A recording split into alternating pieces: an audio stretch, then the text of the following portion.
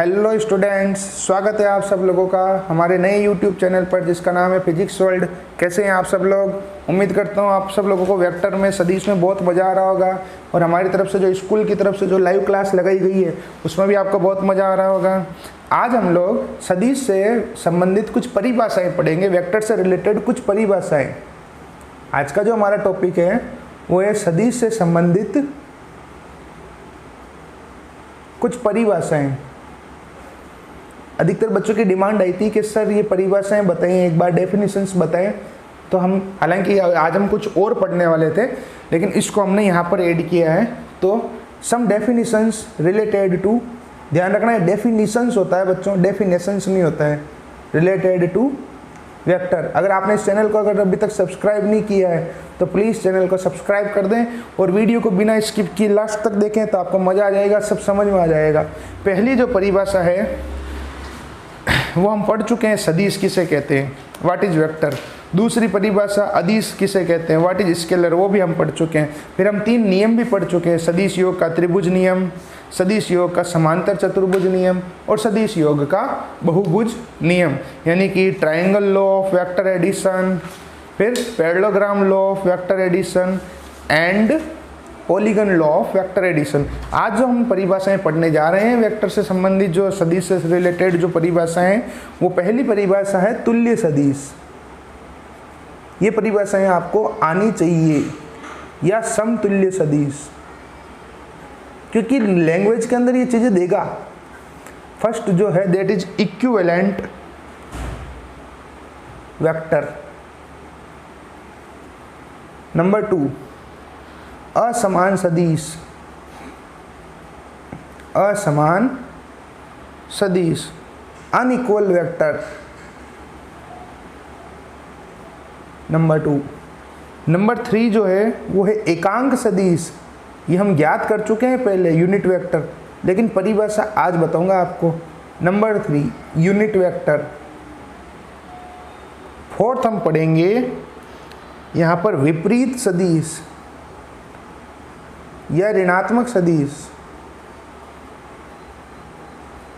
विपरीत सदिश या ऋणात्मक सदिश, नेगेटिव वेक्टर या ऑपोजिट वेक्टर भी बोलते हैं इसको। और नेक्स्ट हम पढ़ेंगे यहाँ पर शून्य सदिश, नल वेक्टर,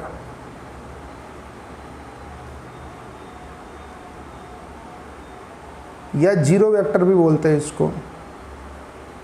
और एक और हम पढ़ेंगे स्थिति सदिश,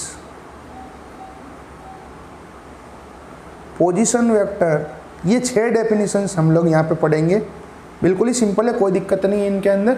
और वीडियो के डिस्क्रिप्शन के अंदर आपको इनकी डेफिनेशंस भी मिलेगी, नोट्स मिलेंगे। अगर किसी को फिजिक्स के व्हाट्सएप ग्रुप में ऐड करना है, कोई दूसरी स्कूल का बच्चा है, तो इस व्हाट्सएप नंबर पर अपना नाम, क्लास, सेक्शन सब लिख के भेज दें। फिजिक्स के आप भगवान की दया से और आप लोगों के, सब लोगों के प्यार की वजह से फिजिक्स के 3 ग्रुप बन चुके हैं बेटा, 2 हाउसफुल हो चुके हैं, 257 की कैपेसिटी पूरी हो गई और तीसरे के अंदर लगभग 130 बच्चे हो चुके हैं। तो इसी तरह से आप लोग सपोर्ट करते रहें और ज़्यादा से ज़्यादा अपने क्लासमेट्स को, दूसरी स्कूल के बच्चों को ये वीडियो शेयर करते रहें ताकि सब लोग पढ़े। आपको ऐसा नहीं करना है छोटे बच्चों जैसे कि सिर्फ मैं पढ़ूंगा, नहीं, सारे बच्चे पढ़ेंगे, ठीक है। इसीलिए हमने ये चैनल बनाया, इस चैनल की नीड है यहाँ पर, इसीलिए ये। तो चलिए जल्दी से शुरू करते हैं हम लोग डेफिनेशंस। सबसे पहली परिभाषा तुल्य सदिश या समतुल्य सदिश। बहुत ही ज्यादा इंपॉर्टेंट है ये सारी। इक्विवेलेंट वेक्टर, नाम से पता चल रहा है आपको परिभाषा कि क्या परिभाषा, इसका नाम से पता चल रहा है आपको कि अगर 2 सदिश है, उनका परिमाण भी समान है और दिशा भी समान है, मीन्स उनकी मैग्नीट्यूड भी सेम है और डायरेक्शन भी सेम है, तो उससे कहते हैं तुल्य सदिश या इक्विवेलेंट वेक्टर। किसको कह दिया हमने? तुल्य सदिश या इक्विवेलेंट सदिश। ऐसे सदिश जिसका परिमाण भी समान है, मतलब 2 सदिश जिनके परिमाण समान है और जिनकी दिशाएं भी समान है, यानी मैग्नीट्यूड भी सेम है और डायरेक्शन भी सेम है, उनको कहते हैं इक्विवेलेंट वेक्टर। जब 2 सदिशों के परिमाण भी समान होते हैं परिमाण मतलब होता है मान, परिमाण भी समान होते हैं तथा दिशाएं भी समान होती है। उन्हें तुल्य सदिश कहते हैं। उन्हें तुल्य सदिश कहते हैं। When two vectors have equal magnitude and same direction, those are called equivalent vectors. Those are called equivalent vectors. जैसे कि 5 न्यूटन और 5 न्यूटन दो फोर्स लग रहे हैं, दोनों सेम डायरेक्शन में लग रहे हैं, सेम दिशा में बल लग रहे हैं, तो वो हो जाएंगे तुल्य सदिश। तो फिलहाल आपको परिभाषा याद रखनी है, इनके यूजेज हम आगे पढ़ेंगे कि तुल्य सदिश किसे कहते हैं। जब दो सदिशों के परिमाण भी समान हो, यानी इनके मान भी समान हो और दिशा भी समान हो, उन्हें तुल्य सदिश कहते हैं। Means when two vectors have equal magnitude and same direction, these are called equivalent vector. कितनी सिंपल परिभाषा है, देखो। आप वीडियो को पॉज करके लिख लेना पीछे से, और वैसे वीडियो के डिस्क्रिप्शन में नोट्स अवेलेबल हैं, आप वहाँ से भी डाउनलोड कर लेंगे और फिर नोट्स बनाते रहें। दूसरा है असमान सदिश। असमान सदिश, अनइक्वल वेक्टर। तो आपको सबको पता है कि परिमाण तो समान लेकिन दिशाएं अलग अलग होगी, तो असमान सदिश होंगे। मीन्स मैग्नीट्यूड तो सेम होगा लेकिन डायरेक्शन जो है वो डिफरेंट होगी। अब यहाँ पे डायरेक्शन डिफरेंट होगी, ऑपोजिट होगी, यानी कि विपरीत होगी, असमान होगी। उसके बारे में हम एक किसी दिन अगले बाद में इसके बारे में कंप्लीट डिटेल जानेंगे, जब इस हम सदिशों का थोड़ा और आगे से जान पाएंगे। जब फिलहाल तो असमान सदिश का मतलब हो गया परिमाण समान लेकिन दिशा अलग अलग, ठीक है। मीन्स मैग्नीट्यूड तो सेम, डायरेक्शन। आप ध्यान से सुनना, मैंने डिफरेंट बोला है ना कि ऑपोजिट बोला है। डिफरेंट और इसमें क्या मतलब अंतर हो गया, भिन्न भिन्न और विपरीत में। जैसे एक दिशा ये जा रहा है, पेन की नोक इधर जा रही है और इस पेन की नोक इधर जा रही है। ये दो जो सदिश है, मान लीजिए दो जो वेक्टर है, इनकी दिशाएं अलग अलग है, यानी भिन्न भिन्न है, डिफरेंट है, ठीक है। अब अगर एक इधर है और एक इधर है, देखो एक इस पेन की नोक इधर जा रही है, इस पेन की नोक इधर जा रही है, तो ये विपरीत हो गए बेटा, यानी ऑपोजिट हो गए। तो वो आगे की परिभाषा है, ये वाली डेफिनेशन नहीं है। आई बात समझ में? पहले के अंदर तो क्या थे, दोनों समान थे, परिमाण भी समान और दिशा भी समान, तो हो गए समान सदिश, इक्विवेलेंट वेक्टर। अभी अनइक्वल वेक्टर या अनइक्विवेलेंट वेक्टर कि जब दो सदिशों के परिमाण तो समान हो,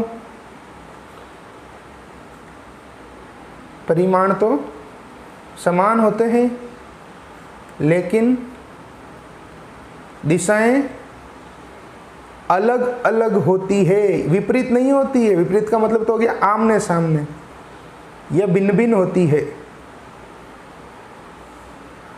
उन्हें असमान सदिश कहते हैं। उन्हें असमान सदिश कहते हैं।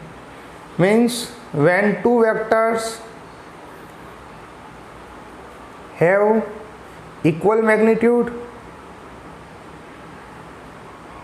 but different directions, these are called unequal vectors। ये हो गई इसकी डेफिनेशन, परिभाषा। उम्मीद करता हूँ सबको समझ में आई होगी। तीसरी जो हमारी परिभाषा है, थर्ड जो डेफिनेशन है वो है एकांक सदिश, यूनिट वेक्टर। बहुत ही ज़्यादा इम्पोर्टेंट है और यूनिट वेक्टर के ऊपर पूरा एक वीडियो है, वो है पार्ट नंबर शायद 4th के अंदर या 3rd के अंदर। फर्स्ट के अंदर हमने इंट्रोडक्शन लिया था वेक्टर का, सेकंड में परिमाण मैग्नीट्यूड ज्ञात किया था, 3rd के अंदर है सॉरी पार्ट नंबर 3 के अंदर एकांक सदिश कंप्लीट डिटेल में दिखाया गया है। तो कोई अगर एकांक सदिश को ज़्यादा डिटेल में जानना चाहता है तो सदिश का वेक्टर का पार्ट नंबर 3 में जाए। यूनिट वेक्टर नाम से पता चल रहा होगा आपको। पहले तो इसका सूत्र बताओ, एन कैप बराबर vector N upon vector N का मोड। ये कंप्लीट हमने पढ़ा था। एन की जगह ए भी आ सकता है, कुछ भी आ सकता है भाई, जो भी दिया हुआ है उसके ऊपर डिपेंड करेगा वो। तो इसकी परिभाषा ध्यान से सुनना। ऐसा सदिश जिसका परिमाण तो एकांक हो तथा दिशा दिए गए सदिश के समांतर हो तो उसे एकांक सदिश कहते हैं। फिर से बोलता हूँ, यदि किसी सदिश का परिमाण तो एकांक हो और उसकी जो दिशा है वो जो दिया गया सदिश है जिसका हम एकांक सदिश ज्ञात करते हैं उसके समांतर होती है तो उसे एकांक सदिश कहते हैं। मीन्स यूनिट वेक्टर वो होता है जिसका मैग्नीट्यूड तो 1 होता है और इसकी जो डायरेक्शन होती है वो गिवन वेक्टर के पैरेलल होती है। यानी ऐसा वेक्टर जिसका मैग्नीट्यूड तो 1 होता है और उसकी जो डायरेक्शन होती है वो पैरेलल टू गिवन वेक्टर होती है। N cap, R cap, A cap, हमने पिछली बार ए कैप लिखा था, कुछ भी लिख सकते हैं, कोई दिक्कत नहीं है। सदिश बटा सदिश का परिमाण, vector upon mode of vector, magnitude of vector, ये पार्ट नंबर 3 के अंदर कंप्लीट डिटेल में पढ़ा था हमने। यहाँ पर सिर्फ परिभाषा पढ़ रहे हैं, डेफिनेशन पढ़ रहे हैं। यदि सदिश का परिमाण एकांक है यानी इसका मान 1 है तथा दिशा, आप लोग देख रहे होंगे सब परिभाषाओं में, सब डेफिनेशन में 2 ही वर्ड आ रहे हैं, परिमाण दिशा, मैग्नीट्यूड डायरेक्शन, तथा दिशा दिए गए सदिश के। इस वाली परिभाषा को आप आज में 5 बार पीछे रिवाइंड करके सुने, जब समझ में आएगी। तथा दिए गए सदिश के समांतर हो तो वह सदिश एकांक सदिश कहलाता है। तो वह सदिश एकांक सदिश कहलाता है। If magnitude of given vector is 1 and direction of vector direction is parallel to given vector, it is called unit vector. उसे हम क्या कहते हैं? यूनिट वेक्टर कहते हैं। ये हो गई परिभाषा एकांक सदिश की। अब इसको अगर मैं भाषा में लिखूं तो एकांक सदिश का सूत्र क्या होता है, जो कि हम पहले पढ़ चुके हैं, सदिश बटा सदिश का परिमाण, सदिश बटा सदिश का परिमाण। मीन्स यूनिट वेक्टर का जो फॉर्मूला है वो क्या है, vector upon magnitude of vector. ये इसका हो गया फॉर्मूला। अब बाकी की जो डेफिनेशन है 3 वो हम नेक्स्ट वीडियो में कल पढ़ेंगे। लेकिन अब आपको मेरी एक विशेष बात ध्यान से सुननी है। टेस्ट के अंदर जो अभी आपका लाइव क्लास के अंदर टेस्ट हुआ था बुधवार को, उसके अंदर आप लोगों ने बहुभुज नियम, त्रिभुज नियम और समांतर चतुर्भुज नियम 80% लोगों के गलत है। जो पॉलीगन लो है, जो ट्रायंगल लो है और जो पैरेललोग्राम वाला लो है वो 80% लोगों के गलत है। अब नाटक मत करना मेरे राइट है, मेरे राइट है।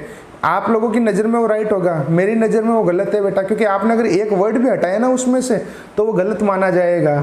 ठीक है, तो आज मैं आपसे रिक्वेस्ट करता हूं, इससे पिछले वाले 3 वीडियोज अभी के अभी 5 मिनट बाद में, इससे पिछले वाले 3 वीडियोज जिसके अंदर त्रिभुज नियम है, ट्रायंगल लो है, समांतर चतुर्भुज नियम है, पैरेललोग्राम लो है और बहुभुज नियम में पॉलीगन लो है, उनको फिर से 1-1 बार 2-2 बार जितनी बार आपको समझ में आ पाता है उतनी बार देखें। और परसों इन तीनों का फिर से टेस्ट होगा, सिर्फ उन तीनों का ही, प्लस आज वाली परिभाषा भी ले लेना, ऐसा करना। ठीक है, मंगलवार को फिर से आपका लाइव क्लास के अंदर टेस्ट होगा जिसमें बहुभुज नियम, त्रिभुज नियम, समांतर चतुर्भुज नियम आएंगे।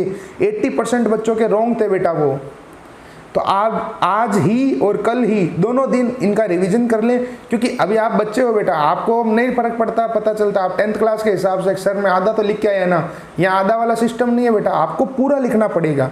तो अभी के अभी आप लोग थोड़ी देर 5 मिनट रेस्ट करके पिछले वाले जो 3 वीडियो है, इसके जस्ट पीछे वाले 3, शायद पार्ट नंबर 6, 7, 8, उन तीनों को फिर से रिवीजन करेंगे और मेरे को रफ में करके और सेंड करेंगे मेरे व्हाट्सअप नंबर पे। ये वाले मेरे नंबर है, इसीलिए मैं आज इनको यहीं पे रोक रहा हूँ आज की पढ़ाई को, नहीं तो मैं इस वीडियो को भी लंबा खींच सकता था। आज का आपका काम ही है, इस वीडियो को भी फिर से देख लेना एक बार और पीछे वाले तीनों वीडियोज को फिर से भी देख लेना और पूरा काम करके मेरे को व्हाट्सअप नंबर पे सेंड करना, चेक करवाना और याद करना उनको एकदम तरीके से। चाहो तो आप 2 बार देखो, 10 बार देखो, कोई मना नहीं है। ठीक है, थैंक यू।